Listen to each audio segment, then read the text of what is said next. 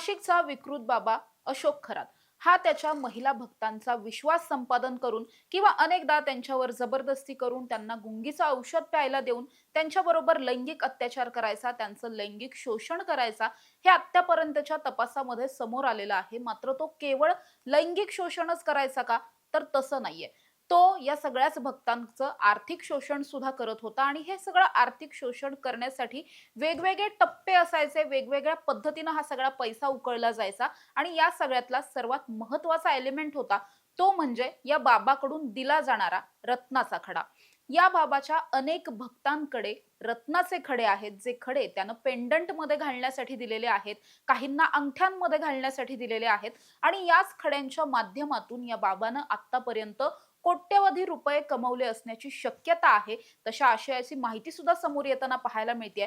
अर्थात या प्रकरणामधली जी पीडित महिला आहे, फिर्यादी महिला आहे, त्या फिर्यादी महिलेला सुद्धा या बाबानं एकदा नाही, दोनदा नाही, तर तब्बल 3 वेळा खडे धारण करण्यासाठी दिलेले होते आणि अशाच पद्धतीचे खडे अनेक राजकीय नेते, अनेक सेलिब्रिटी, उद्योजक यांच्याबरोबरच अनेक प्रशासकीय अधिकाऱ्यांनी सुद्धा घातले असण्याची शक्यता आहे आणि अर्थात हे खडे कोण देणार?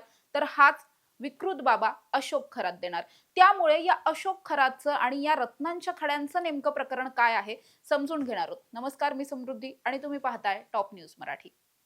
अशोक खरात हा कायमच त्याच्याकडे पहिल्यांदा एखादा भक्त जेव्हा यायचा तेव्हा त्याचा हात बघायचा किंवा त्याच्या डोक्यावरती हात ठेवून काहीतरी मंत्र वगैरे बोलायचा आणि त्यानंतर तो असं सांगायचा की माझ्याकडे दैवी शक्ती आहे, तुझं भविष्य मला माहित आहे, तुझ्याबरोबर असं सगळं घडेल. अनेकदा जे काही घडणार आहे हे निगेटिव्ह सांगितलं जायचं किंवा थोडंसं निगेटिव्ह आणि मग तू असा असा त्याच्यावरती उपाय केलास तर मग तुझ्या आयुष्यात कसं पॉझिटिव्ह बदल घडतील वगैरे असं सगळं तो सांगायचा आणि हळूहळू करून हे जे काही भक्त आहेत हे त्याच्या बोलण्याला बळी पडायचे. या प्रकरणामध्ये ज्या फिर्यादी महिलेनं या सगळ्यातली फिर्याद दिलेली आहे तिच्या बाबतीतही तसंच काहीसं घडलेलं होतं. या महिलेचं सुद्धा लग्न ठरत नव्हतं, त्याचबरोबर तिला चांगला जॉब हवा होता. या सगळ्यासाठी तिच्याच काही नातेवाईकांनी मिळून तिला या बाबाकडे जाण्याचा सल्ला दिला होता. जेव्हा ही महिला या बाबाकडे गेलेली होती, ज्यावेळेस पहिल्यांदा ही महिला या बाबाकडे गेली त्यावेळेस बाबाने तिला एक खडा घालण्यासाठी दिलेला होता, जो खडा तिने तिच्या पेंडंट मध्ये घातला आणि हे करण्यासाठी तिला या बाबानेच सांगितलं होतं. हा खडा घातल्याच्या नंतर या महिलेचं लग्न ठरलं. त्यानंतर काही दिवसांनी तिने हा खडा काढून ठेवला. मात्र हा बाबा सातत्यानं असं सांगायचा की मी जो खडा तुम्हाला घालण्यासाठी देईल तो कधीही काढून ठेवायचा नाही, तुमच्या गळ्यातलं पेंडंट कधीही काढायचं नाही, असं तो वारंवार सांगायचा. या महिलेनं मात्र तिचं लग्न ठरल्याच्या नंतर हे पेंडंट जे आहे ते काढून ठेवलं आणि त्यानंतर पुढच्या काही दिवसांमध्येच तिचं लग्न मोडलं. अर्थात लग्न मोडण्यामागे अनेक कारणं असतील, मात्र या महिलेला असं वाटलं किंवा तिच्या कुटुंबियांना असं वाटलं की कदाचित बाबाने जे काही सांगितलं होतं तेच खरं झालं असेल, आपण पेंडंट काढलं त्यामुळेच कदाचित आपलं लग्न मोडलं असेल. त्यामुळे पुन्हा एकदा ही महिला या बाबाकडे गेली. त्यावेळेस बाबाने पुन्हा एकदा तिला वेगळा खडा धारण करण्यासाठी दिला. खडा देण्याच्या आधी तो हा खडा जो आहे तो हातात घेऊन त्याच्यावरती काहीतरी मंत्रोपचार वगैरे करतोय असं सांगायचा, काहीतरी मंत्र बोलायचा आणि त्यानंतर आपण आता हा खडा धारण करू शकता असं सांगायचा. मग हा खडा पेंडंट मध्ये घालायचा की अंगठीमध्ये घालायचा ते सुद्धा हा बाबाच सांगायचा. त्यानं सांगितल्या पद्धतीनंच हा खडा घालावा लागायचा. त्या पद्धतीनं या पीडित महिलेनं सुद्धा हा खडा दुसऱ्यांदा धारण केलेला होता. त्यावेळेस मात्र हा खडा देण्यासाठी म्हणून या बाबानं तिच्याकडून तब्बल 50,000 रुपये घेतलेले होते. हा खडा प्रचंड दुर्मिळ आहे, खूप लांबून आणावा लागतो वगैरे अशा पद्धतीची कारणं त्याने दिली होती. त्यानंतरच्या काळात जेव्हा या महिलेचं पुन्हा एकदा लग्न ठरलं होतं, त्यानंतर पुन्हा या बाबानं तिला आणि तिच्या पतीला आशीर्वाद घेण्यासाठी आपल्याकडे बोलवलं. तेव्हा बोलवल्याच्या नंतर सुद्धा या दोघांना असं सांगितलं, की तुम्हाला कुणाची तरी नजर वगैरे लागेल किंवा लागू शकते. तर असं करण्यासाठी, असं न होईल यासाठी म्हणून तुम्ही काय करा, तर तुम्ही माझ्याकडचे 2 खडे तुमच्या अंगठीमध्ये घाला, असं सांगितलं. त्यानुसार त्यानं आणखी 2 रत्नाचे खडे दिले. यावेळेस मात्र त्यांनी या खड्यांसाठी 14,000 रुपये प्रत्येकी घेतलेले होते. असे 28,000चे 2 खडे या महिलेला देण्यात आले आणि कायमस्वरूपी तुम्ही ही अंगठी तुमच्या हातातच ठेवा, कधीही हा खडा काढून ठेवू नका, असं सांगितलेलं होतं. अर्थात हे सगळं प्रातिनिधिक स्वरूपात मी सांगतेय. या महिलेच्या बाबतीत, पीडित महिलेच्या बाबतीत जे काही घडलंय या सगळ्याचा उल्लेख फिर्यादीमध्ये सुद्धा करण्यात आलेला आहे. मात्र हे प्रकरण केवळ एवढंच नाहीये, या एका महिलेपुरतं नाहीये. तर हे सगळं अनेक भक्तांबरोबर सुद्धा घडत होतं. जी काही माहिती समोर येते या माहितीच्या नुसार या बाबानं त्याच्या अनेक भक्तांना अशा पद्धतीचे खडे जे आहेत ते धारण करण्यासाठी दिलेले आहेत. अनेकदा हे खडे ब्राऊन कलरचे आहेत, काही गोल्डन कलरचे आहेत, काही ब्लॅक कलरचे खडे आहेत, अशी माहिती समोर येते. हे खडे पेंडंट मध्ये घालायचे की अंगठीत घालायचे ते सुद्धा बाबाकडून सांगितलं जायचं आणि एकदा घातल्याच्या नंतर खडा पुन्हा कधीही उतरवायचा नाही असंही सांगितलं जायचं. जर बाबाने दिलेला हा खडा काढून ठेवला तर मात्र प्रगतीपथावर असलेलं तुमचं आयुष्य पूर्णपणे उद्ध्वस्त होईल, तुमच्या आयुष्यात कोप होईल वगैरे वगैरेची भीती जी आहे ती या बाबाकडून घातली जायची. आणि अशाच पद्धतीचे पेंडंट्स अनेक महिला भक्तांच्या गळ्यामध्ये जे आहेत ते असल्याची माहिती समोर येते. अनेकांनी हातामध्ये अंगठीच्या स्वरूपात सुद्धा हे खडे घातल्याचं समोर येत आहे. अर्थात हे जे काही खडे आहेत हे अनेक मोठमोठ्या नेत्यांनी सुद्धा घातले असण्याची शक्यता आहे.